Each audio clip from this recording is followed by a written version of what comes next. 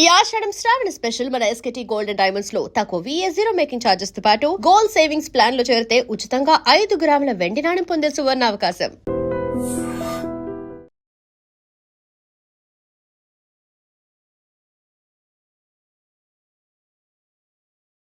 తెనాల్లో 2 కేసులు ఉన్నాయి, మంచి కేసులు.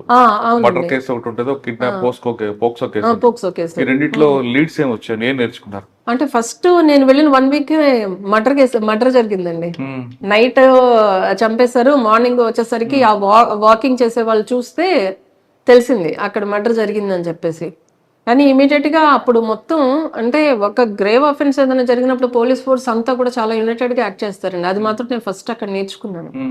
అందరూ కూడా దాని మీద కాన్సన్ట్రేట్ చేసి ముద్దాయిని మనం ట్రేస్ చేయడం జరిగింది. చాలా టెక్నికల్ డీటెయిల్స్, అన్ని టెక్నికల్ CDRs కానీ, ఆ తర్వాత చుట్టుపక్కల వాళ్ళకి కొంచెం ఇద్దరు యాక్చువల్ గా చెప్పాలంటే చాలా బెస్ట్ ఫ్రెండ్స్ అండి.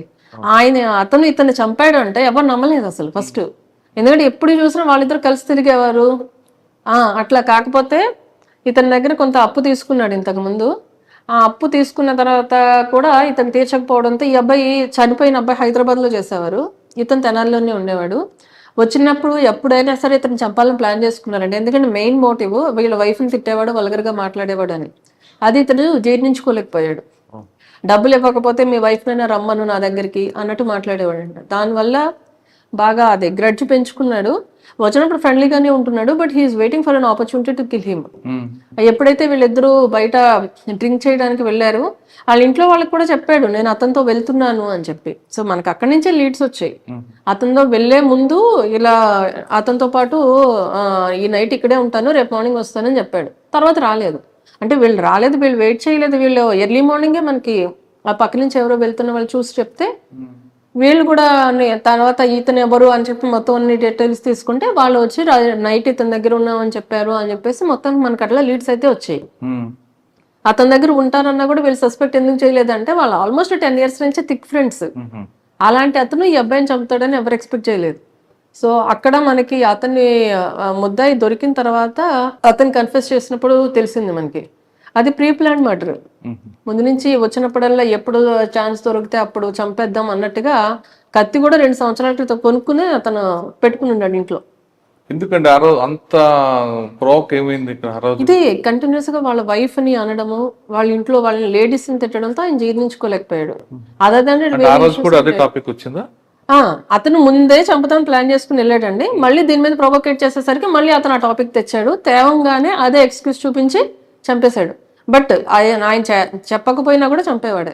ఎందుకంటే ముందే ప్లాన్డ్ గా ఇంటికి వెళ్ళి డ్రెస్ చేంజ్ చేసుకుని కత్తి తీసుకుని వచ్చి వెళ్ళి చంపాడు.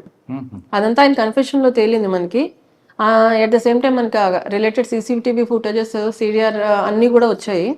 సో ఆ విధంగా అతను ట్రేస్ చేయడం జరిగింది. అప్పుడు ఆ కేసు ప్రస్తుతం ట్రయల్ లో ఉందండి. ట్రయల్ లో ఉందండి ప్రస్తుతానికి. కానీ అక్కడ ఆ మర్డర్ కేసులో ఒక ప్రొబేషన్ ఆఫీసర్ ఏం నేర్చుకున్నారు మీరు అక్కడ? అందులో చాలా మీరు చెప్తారు, కేసును కరెక్ట్ గా చూపించడం, చార్జ్ షీట్ కరెక్ట్ ప్రాపర్ గా వేయడం, విట్నెస్ కరెక్ట్ గా తీసుకోవడం, కన్ఫెషన్ రేట్ కరెక్ట్ గా తీసుకురావడం, ఇవన్నీ ఉంటాయి. ఇవన్నీ ఎవరు మీకు అప్పుడు నేర్పారు? అంటే అక్కడున్న CA గారు, అప్పుడు బెల్లం శ్రీనివాసరావు గారు ఆయన CA గారు ఉన్నారు. అప్పుడు DSP గా జనార్దన్ రావు గారు ఉన్నారు. వాళ్ళే నాకు మొత్తం దీంట్లో ఎలా చెయ్యాలి అన్నది అంతా. యాక్చువల్ గా అయితే అక్కడ CA గా చేయాల్సిన కేసు అది. నేను CA చార్జ్ గా అక్కడ ట్రైనింగ్ లో ఉన్నాను కాబట్టి నేను చేశాను. కాకపోతే దాంట్లో రైట్ ఫ్రమ్ డే 1 ఆ కేసులో ఏది చేసినా ఇంక్లూడింగ్ CD తో సైతం డాక్యుమెంట్ రెడీ చేసింది కూడా మొత్తం నేనే చేసుకున్నాను.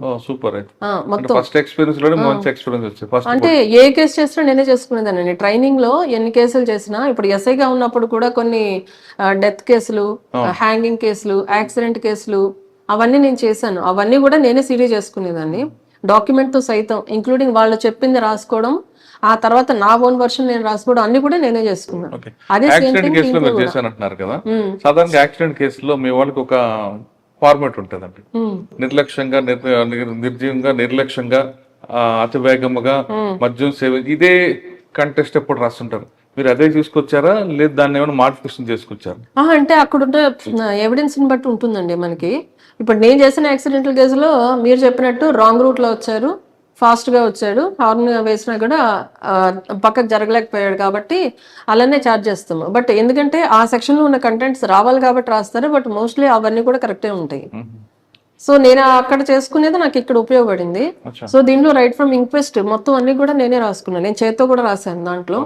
సో అదంతా కూడా నాకు ఎక్స్పీరియన్స్ చాలా బాగా పనికొచ్చింది. మర్డర్ కేసు తర్వాత ఇంకో కేసు ఇంకో కేసు పోక్సో కేసు అది. చెప్పండి. అది ఫస్ట్ అమ్మాయి మిస్సింగ్ కేసు ఇచ్చారు మనకి. ఆ తర్వాత అమ్మాయిని ట్రేస్ చేసిన తర్వాత తెలిసింది ఏంటంటే అమ్మాయి వేరే అబ్బాయి చెప్పిన మాటలు నమ్మేసి వెళ్ళిపోయింది, తర్వాత సెక్షువల్ అఫెన్స్ కూడా జరిగింది అమ్మాయి మీద అని చెప్పేసి. సో అమ్మాయి ట్రేస్ చేసిన తర్వాత చూస్తే అబ్బాయి ఆల్రెడీ మ్యారీడ్, మాయ మాటలు చెప్పి తీసుకెళ్లాడు. ఆ తర్వాత ఒక 2-3 days తర్వాత మళ్ళీ ఇంటి దగ్గరలో ఎక్కడో వదిలేసి వస్తే ఈ అమ్మాయి వచ్చింది. ఈ అమ్మాయి వచ్చిన తర్వాత వాళ్ళు 2 days తర్వాత వాళ్ళ ఇంటికి వస్తే వాళ్ళ పేరెంట్స్ మనకి తీసుకొచ్చి చెప్పారు. కాకపోతే అమ్మాయిని మాట్లాడినప్పుడు, ఇప్పుడు నేను లేడీ ఆఫీసర్నే కాబట్టి నేను నాతో మాట్లాడినప్పుడు తెలిసింది ఆ అమ్మాయి మీద ఇలాగా అఫెన్స్ అవి జరిగింది అని చెప్పేసి. తర్వాత ఇమీడియట్ గా మళ్ళీ అతను అబ్స్కాండింగ్ లో ఉన్నాడు అప్పటి నుంచి. అంటే ఈ అమ్మాయి మీద మిస్సింగ్ కేసు పెట్టారని తెలుసుకుని తీసుకొచ్చేసాడు. తీసుకొచ్చిన తర్వాత అబ్బాయి అబ్స్కాండింగ్ లో ఉంటే మళ్ళీ ఆ టెక్నికల్ డీటెయిల్స్ ఆధారంగా మనకున్న ఇన్ఫర్మేషన్ బేసిస్ మీద అబ్బాయిని అరెస్ట్ చేసి మళ్ళీ రిమాండ్ పెట్టడం జరిగింది. దాంట్లో మరి అమ్మాయి ఒప్పుకుందా? ఎవరండి? అమ్మాయికి తెలియదు కదా. అమ్మాయి పెళ్లి చేసుకోలేదు, పెళ్లి చేసుకున్న అబ్బాయితో పాటు తీసుకుని వెళ్ళాడు అబ్బాయి మాయ మాటలు చెప్పి. వాడికంటే వాడు పెద్దోడా? పెద్దోడేనండి అబ్బాయి. మేజర్ అమ్మాయి ఒప్పుకుందా? అంటే అమ్మాయి విల్లింగ్ నమ్మేసే తీసుకెళ్లాడు, విల్లింగ్ గానే వెళ్ళింది ఈ అమ్మాయి. ఏదో అబ్బాయి బాగా చూసుకుంటాడు అది ఇది అని చెప్పేసి విల్లింగ్ గా వెళ్ళింది. కానీ అక్కడికి వెళ్ళిన తర్వాత అఫెన్స్ అయితే జరిగింది. అంటే నేను ఎలాగో పెళ్లి చేసుకుంటాను అని నమ్మించి అఫెన్స్ జరిగింది. దాని తర్వాత మళ్ళీ ఇంటి దగ్గర వదిలేసి, ఇంటి దగ్గర కాదు, దగ్గరలో ఎక్కడో ఒక చోట వదిలేసి అబ్బాయి ఎస్కేప్ అయిపోయాడు. ఆ తర్వాత ఈ అమ్మాయి వచ్చింది, అప్పటికి నమ్ముతూ ఉంది అతన్ని. కానీ తర్వాత మనము మాట్లాడినప్పుడు ఏమ్మా అబ్బాయి ఆల్రెడీ మ్యారీడ్, మరి ఇట్లా నిన్ను నిజంగా ఇష్టపడేవాడైతే ముందే చేసుకోవాలి కదా, అందులో నువ్వు ఇంకా చిన్న అమ్మాయివి అని మనం బాగా కౌన్సిలింగ్ ఇస్తే అప్పుడు రియలైజ్ అయింది ఆ పాప నన్ను మోసం చేశాడు అని చెప్పి. బట్ ఎనీహో కన్సెంట్ అనేది నో కన్సెంట్ పోక్సో కాబట్టి. ఇప్పుడైతే ప్రస్తుతం అది కూడా ట్రయల్ లో ఉందండి. అక్కడ నుండి ఫస్ట్ పోస్టింగ్ ఇక్కడే. అనగానే ఒకప్పుడు ఫ్యాక్షన్ ఏరియా, భయపడ్డారా? లేదు బానే చూస్తాం సంగతి తెలుసుకుందాం వచ్చారా? అంటే నాకు దాని గురించి అంత ఆలోచించలేదండి. పోస్టింగ్ వచ్చింది, జాయిన్ అయ్యాను. ఫస్ట్ ఈ పోస్టింగ్ లో రాగానే వచ్చిన ఛాలెంజ్ ఏముందండి? అంటే ఒకప్పుడు ఫ్యాక్షన్ ఇప్పుడు లేదు, పక్కనే రాఘవేంద్ర టెంపుల్ మంచి టెంపుల్ ఉంటది. నేను రాగానే ఆరాధనోత్సవాలు జరిగాయి మంత్రాలయంలో, ఆరాధనోత్సవాలు అని. ఫస్ట్ అదే హెవీ బందోబస్తు. అదే సేమ్ టైమ్ మాకు ఇక్కడ కౌతాలం కూడా ఉంది. కౌతాలంలో ఉరుకుంద స్వామి టెంపుల్ ఉంది, అక్కడ కూడా శ్రావణ మాసం ఉత్సవాలు జరుగుతూ ఉన్నాయి. అవి కూడా చాలా హెవీ క్రౌడ్స్ వస్తారు అక్కడ ఇక్కడ కూడా. అది నాకు ఫస్ట్ పోస్టింగ్ కాబట్టి అదే కొంచెం ఛాలెంజింగ్ అనిపించింది. బట్ మా ఎస్పీ గారి సపోర్ట్ తో, తర్వాత ఇక్కడ అదర్ డిఎస్పీస్ కూడా చాలా సపోర్ట్ చేశారు. అందుకని మన ఫస్ట్ పోస్టింగ్ కాబట్టి ఖచ్చితంగా వాళ్ళందరూ మనకి అంతకుముందు ఎక్స్పీరియన్స్ ఉన్నది కాబట్టి ఎస్పీ గారు అయితే చాలా సపోర్టివ్గా ఉంటారండి మాకు ఇప్పటికీ కూడా. బాగా సపోర్ట్ చేస్తారు, ఎప్పుడైనా రిక్వైర్డ్ గైడెన్స్ ఇస్తారు. అట్ ద సేమ్ టైం మనకి ఏమైనా అవసరం అయితే స్ట్రెంత్ కూడా బయట నుంచి పంపిస్తారు. సో ఆ విధంగా కంప్లీట్ చేసాము. ఆ తర్వాత ఇమీడియట్ గా నేను వచ్చి 1 month కూడా కాలేదు వినాయక చవితి అన్నది డెఫినెట్లీ మేజర్ బందోబస్తు ఉంటుంది ఎక్కడైనా కూడా. అది ఇక్కడ ఎమ్మిగ్నూరులో అయిపోయిన తర్వాత మళ్ళీ ఆదోని వెళ్ళాము, అక్కడి నుంచి కర్నూలు చేసాము. దాని తర్వాత ఇమీడియట్ గా దసరా ఫెస్టివల్, ఆ తర్వాత ఇంకా దీపావళి అవన్నీ వస్తూ ఉన్నాయి. ఆ తర్వాత మాకు రీసెంట్ గా అయితే నీలకంఠేశ్వర స్వామి జాతర ఎమ్మిగ్నూరులో చాలా ఫేమస్. ఆ జాతర మొన్న రీసెంట్ గానే కంప్లీట్ అయింది, అది కూడా సక్సెస్ఫుల్ గా కంప్లీట్ అయిందండి.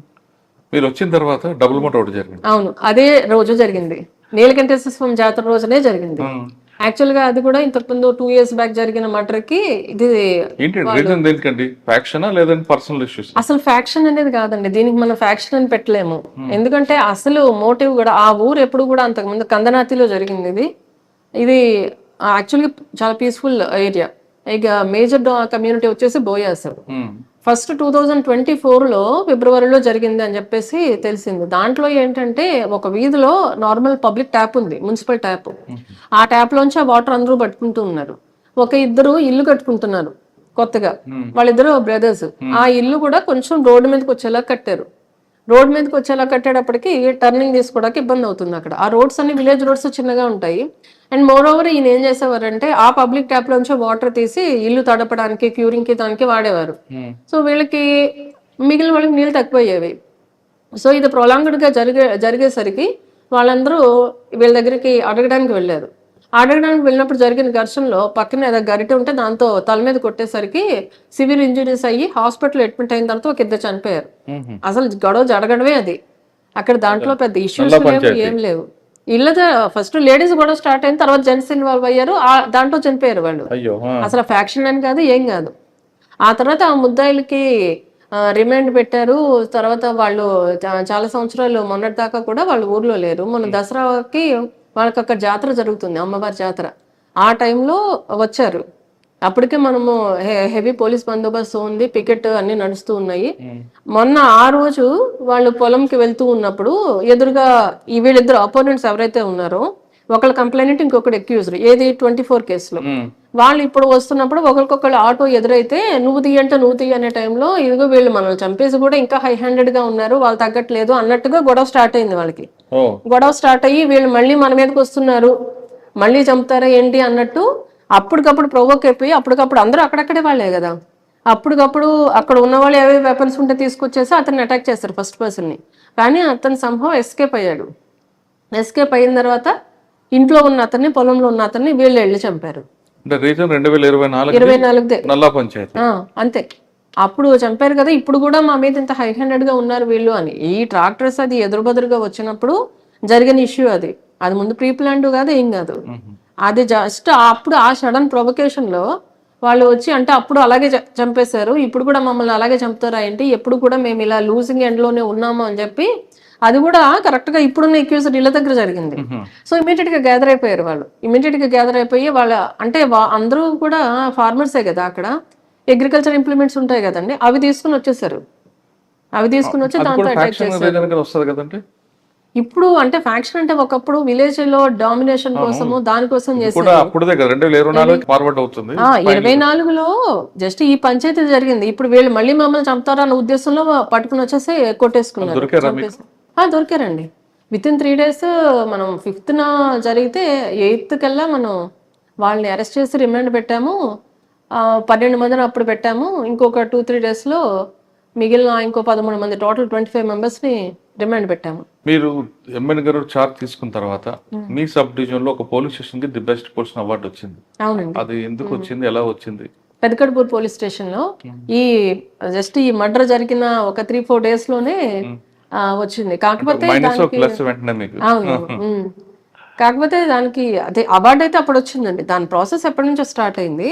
నేను వచ్చిన తర్వాతనే వాళ్ళు విజిట్కి వస్తున్నారు అని చెప్పి తెలిసింది. అది ఎప్పుడు అరౌండ్ సెప్టెంబర్లోనో ఇప్పుడు వాళ్ళు విజిట్కి వచ్చారు, పోలీస్ స్టేషన్కి వచ్చారు. అక్కడ మెయిన్ వాళ్ళు చూసింది ఏంటంటే పబ్లిక్ రిసీవింగ్ ఎట్లా ఉంది, మనం పబ్లిక్కి మినిమం ఫెసిలిటీస్ ప్రొవైడ్ చేస్తున్నామా, అంటే సీటింగ్ అరేంజ్మెంట్ కానీ, ఇప్పుడు కొంతమంది డిఫరెంట్లీ ఏబుల్డ్ పీపుల్ ఉంటారు, వాళ్ళకి రావడానికి ర్యాంప్ సౌకర్యం ఉందా, కూర్చోవడానికి అరేంజ్మెంట్స్ ఉన్నాయా, ఆ తర్వాత ఇంపార్టెంట్ నెంబర్స్, ఎమర్జెన్సీ నెంబర్స్ కానీ, అది ఎపీల్ అంటే ఫస్ట్ ఎపీల్, సెకండ్ ఎపీల్ ఆర్టీఐలో ఉంటే ఆ నెంబర్స్ కానీ అవన్నీ డిస్ప్లే చేస్తున్నామా లేదా, సీసీటీవీనెస్ అనేది మాకు అప్లికేషన్ ఉంటుంది, దానిలో రెగ్యులర్గా అప్లోడ్ చేస్తున్నామా లేదా, ఫస్ట్ ఎయిడ్ ఎలా ఉంది, ప్రివెంటివ్ మెజర్స్ ఎలా ఉన్నాయి, మెన్కి ఈ మెస్ క్వాలిటీ కానీ అవన్నీ ఎట్లా ఉన్నాయి, చుట్టూ గ్రౌండ్ ఉందా లేదా, మెన్కి ఫిజికల్ యాక్టివిటీస్కి ఉన్నాయా లేదా, ఇట్లాంటివన్నీ తీసుకుని పోలీస్ స్టేషన్ నీట్గా ఉందా లేదా, స్టాఫ్ ఎలా ఉన్నారు, ఇవన్నీ తీసుకుని ఆ ఆస్పెక్ట్స్ లో వాళ్ళు పెదకడ్పూర్ అండి డీజీ గారు ఇచ్చారు.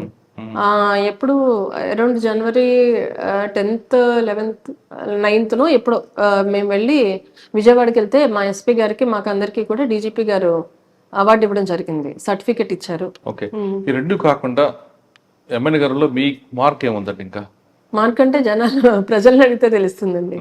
నేను వచ్చిన తర్వాత విజువల్ పోలీసింగ్ ప్రయత్నిస్తారా, టెక్నాలజీ పోలీసింగ్ ప్రయత్నిస్తారా? అంటే రెండు ఉంటాయండి కంపల్సరీ. ఎందుకంటే ఇక్కడ మనము గుంటూరు అటు సైడ్ ఏరియాస్ చూసుకుంటే కొంచెం డెవలప్డ్ అండి. నా చిన్నప్పుడు అటువైపు ఏరియాస్ ఎలా ఉన్నాయి, ఇప్పుడు ఇక్కడికి అట్లానే ఉన్నాయి. ఇప్పుడు ఎస్పెషల్లీ కోసిగి, కౌతాలము ఇటువైపు ఏరియాస్ తీసుకుంటే ఆ మండలాలన్నీ కూడా చాలా బ్యాక్వర్డ్. పిల్లలు చాలా వరకు చదువుకోరు, అందరూ సుగ్గికి అని చెప్పి మైగ్రేట్ అయి వెళ్ళిపోతూ ఉంటారు. ఇక్కడ వాళ్ళకి లైవ్లీహుడ్ ఫెసిలిటీస్ అట్లానే ఉన్నాయి. అంటే ఆల్మోస్ట్ రెయిన్ ఫెడ్ క్రాప్సే, ఆ క్రాప్ ఉన్నప్పుడు మాత్రం ఇక్కడ ఉంటారు. అది అయిపోయిన తర్వాత క్రాప్ ఈల్డ్ అయిపోయిన తర్వాత మెజారిటీ ఆఫ్ ద క్రాప్ పత్తే ఉంటుంది. ఎందుకంటే ఎక్కడైతే వాళ్ళకి ఇరిగేషన్ ఫెసిలిటీస్ ఉన్నాయో, ఎక్కడైతే కెనాల్స్ దగ్గరలో ఉంటాయో అక్కడ మాత్రం వరి వేస్తూ ఉంటారు. మిగిలిన చోట అన్ని కూడా ఆల్మోస్ట్ పత్తే ఉంటుంది ఇక్కడ. అంటే ఎమ్మిగనూరు ఈ పత్తికి, ఈ చేనేత వాటికి ఫేమస్. సో అది ఉంది. దాంతోపాటు మేజర్ క్రాప్ కూడా ఇదే.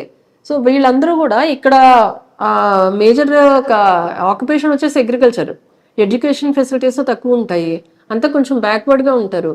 మోరోవర్ కొంచెం ఏదైనా చిన్న గొడవలు అయితే సామరస్యంగా పరిష్కారం దానికంటే కూడా ఎక్కువ గొడవలు పడుతూ ఉంటారు ఫస్ట్. మనకి అటువైపు ఆ బెల్ట్ చూసామంటే ఎక్కువ ఎడ్యుకేటెడ్ పీపుల్ ఉంటారండి. వాళ్ళందరూ చదువుకుని వేరు వేరు జాబ్స్ చేస్తూ ఉంటారు. వీళ్ళందరూ కూడా ఇక్కడ ఎక్కువ మాన్యువల్ లేబర్ పనులే చేస్తూ ఉంటారు. ఎడ్యుకేషన్ పర్సంటేజ్ కూడా చాలా తక్కువ ఉంటుంది. కాకపోతే అలాంటి చోట్ల కూడా ఈ మధ్యన రీసెంట్ గా గ్రూప్ 2లో కానీ, అంతకుముందు జరిగిన డిఎస్సిలో కానీ, కానిస్టేబుల్ సెలక్షన్స్ లో కూడా కోసిగి, కౌతల, మా మండలాల నుంచి కూడా considerable number of people select అయ్యారు. దానికి మాత్రం చాలా హ్యాపీగా ఉంది మాకు. ఇంకా ఇక్కడ చైల్డ్ మ్యారేజెస్ కానీ, పోక్సోలో ఎలోప్మెంట్స్ చాలా ఎక్కువ ఉంటాయండి. సో వాటన్నిటి కోసం కూడా మేము క్రైమ్ అగెయిన్స్ట్ విమెన్ గురించి మా ఎస్పీ గారి ఆదేశాల మేరకు ఎక్కువ అవగాహన కార్యక్రమాలు నిర్వహిస్తూ ఉన్నాము. రోజు కూడా మా సిఐలు, ఎస్ఐలు అన్ని చోట్ల వెళ్తూ ఉన్నారు. నేను రోజుకు ఒక విలేజ్ అయినా కవర్ చేస్తూ ఉంటాము. ఇప్పుడు మీది అయిన తర్వాత కూడా ఇంకో విలేజ్కి వెళ్లాల్సింది ఉంది. సో అలాగా విస్తృతంగా మేము అవగాహన కార్యక్రమాలు చేస్తున్నాము. ఇంకొకటి మనకు ఎమ్మిగనూరు నుంచి, ఆదోని నుంచి ఎమ్మిగనూరు వచ్చే రోడ్డు హైవే ఉంది. హైవే మీద జనరల్ గా ఎక్కువ యాక్సిడెంట్స్ జరుగుతూ ఉన్నాయి. దాని మీద కూడా మేము ప్రజలకు ఎక్కువ అవగాహన కార్యక్రమాలు చేపడుతున్నాము. హెల్మెట్ పెట్టుకోమని, డ్రింక్ చేసి డ్రైవ్ చేయొద్దు అని. ఎక్కువ మాకేమవుతుందంటేనండి, మంత్రాలయం మా సబ్ డివిజన్ లో ఉంది. సో కర్ణాటక భక్తులు ఎక్కువ వస్తూ ఉంటారు. వాళ్ళు ఎట్లా అంటే నైట్ బయలుదేరి మార్నింగ్ వచ్చేసేయాలని అనుకుంటారు. సో ఓవర్ నైట్ డ్రైవింగ్ చేసేటప్పుడు ఎక్కువ తెల్లవారుజాముకి వచ్చేసరికి నిద్రపోతూ ఉంటారు. నిద్రమత్తు వస్తుంది ఏ మనిషికైనా సర్వసాధారణం.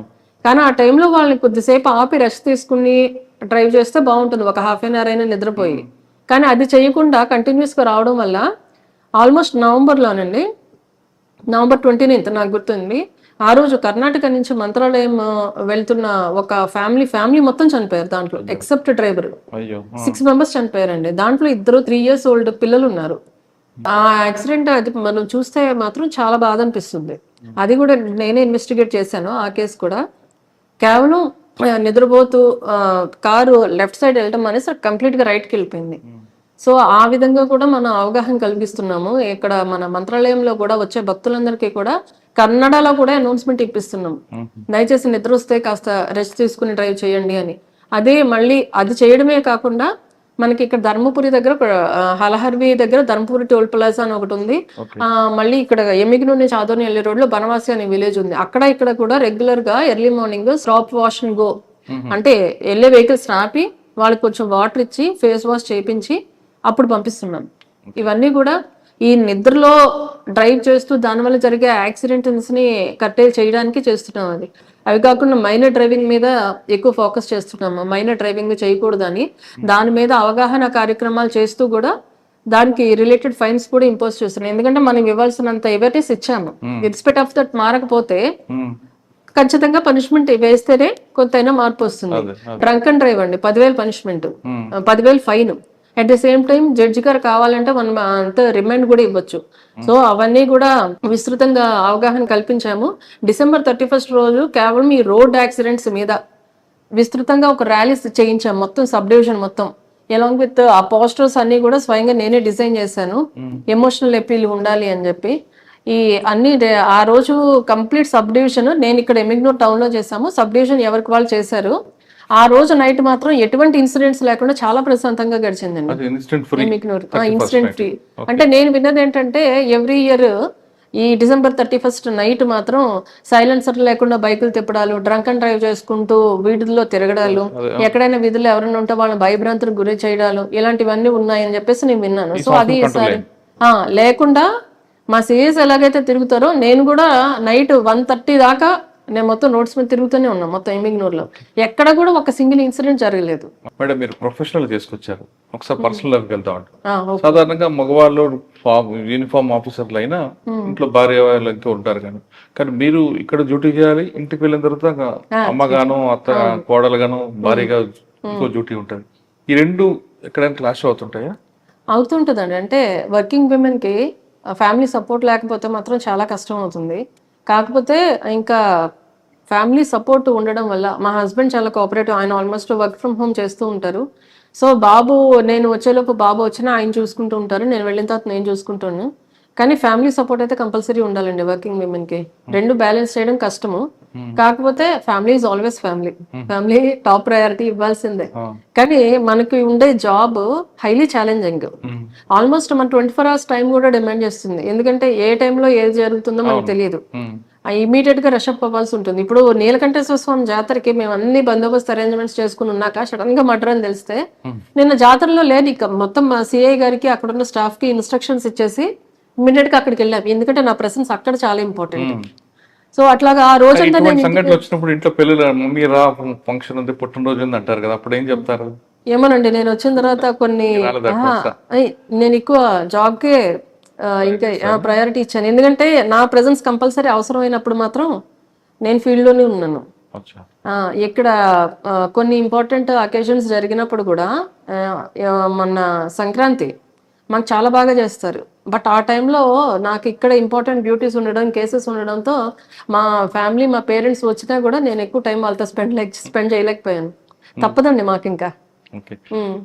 ఇంకా ప్రజెంట్ సైబర్ క్రైమ్ అంటే సైబర్ క్రైమ్ కేసు అయిన తర్వాత మీరు ఇన్వెస్టిగేట్ చేయడం కాకుండా అట్లా ముందు ప్రజలను అవగాహన తీసుకురావడానికి ఏపీ పోలీసులు ఎక్కువ ప్రయత్నిస్తున్నారు. అవునండి. మీరేం చేస్తున్నారండి? మేము ఏం చెప్తారు మీరు?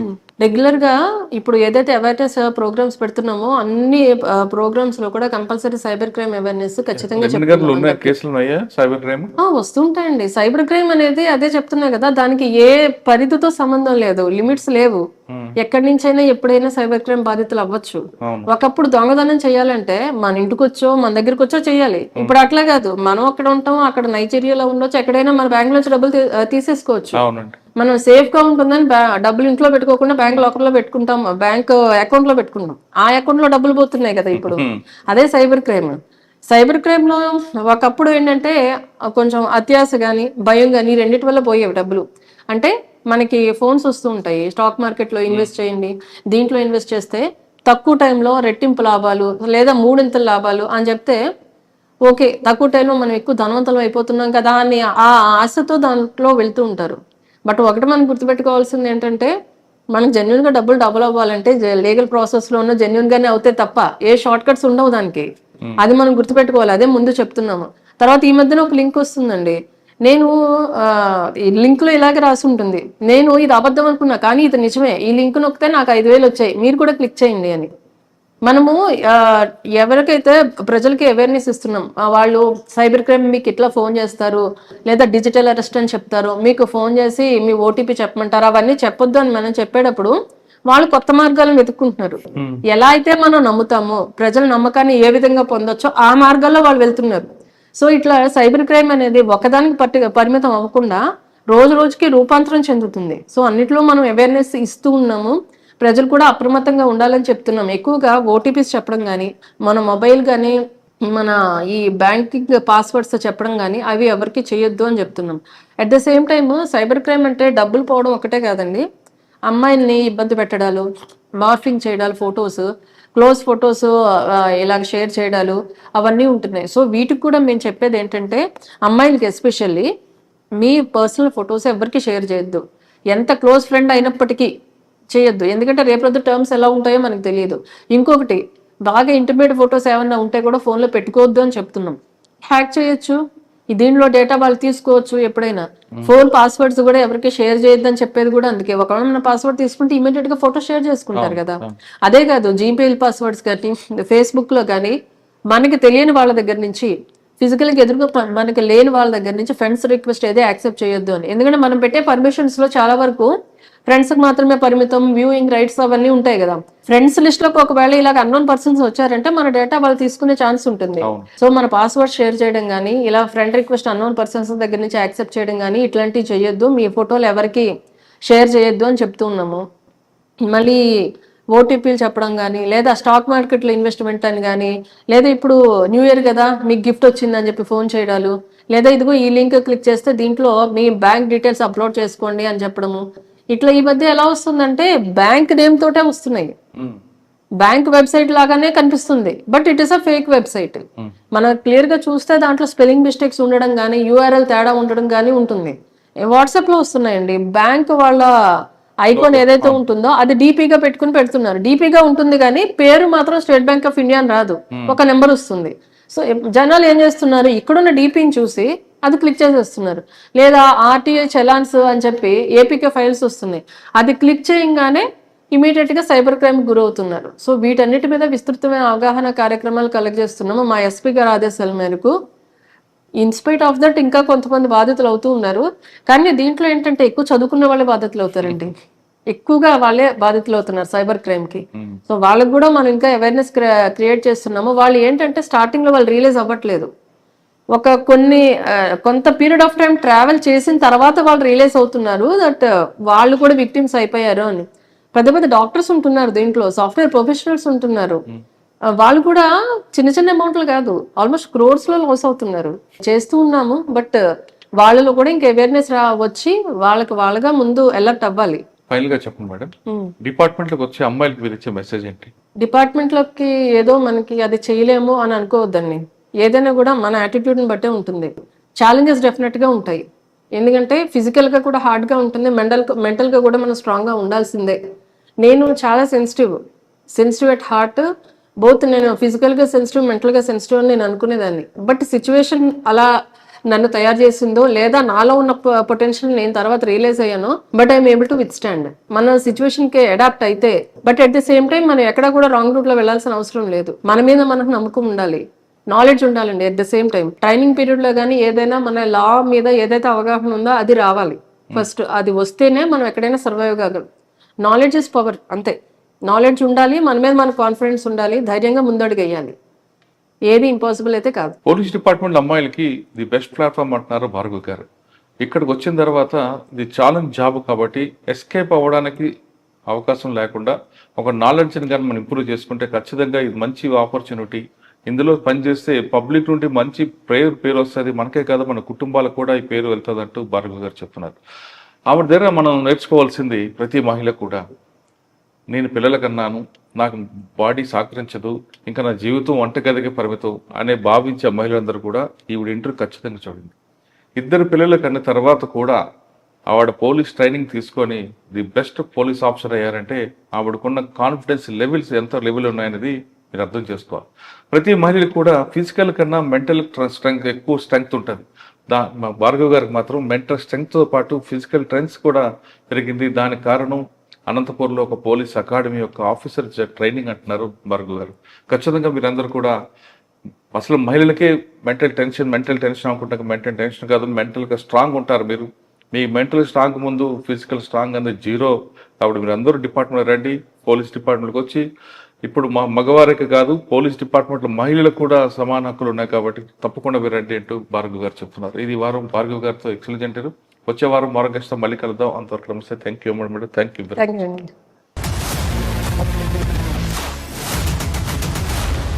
iDreams, this police diaries is something very, very valuable towards that. I must really appreciate Murali, your insights. iDreams founder and CEO చిన్న వాసుదేవ్ రెడ్డి గారితో మురళీధర్ క్రైమ్ స్టోరీస్ చాలా ఫేమస్ అయిపోయినాయి.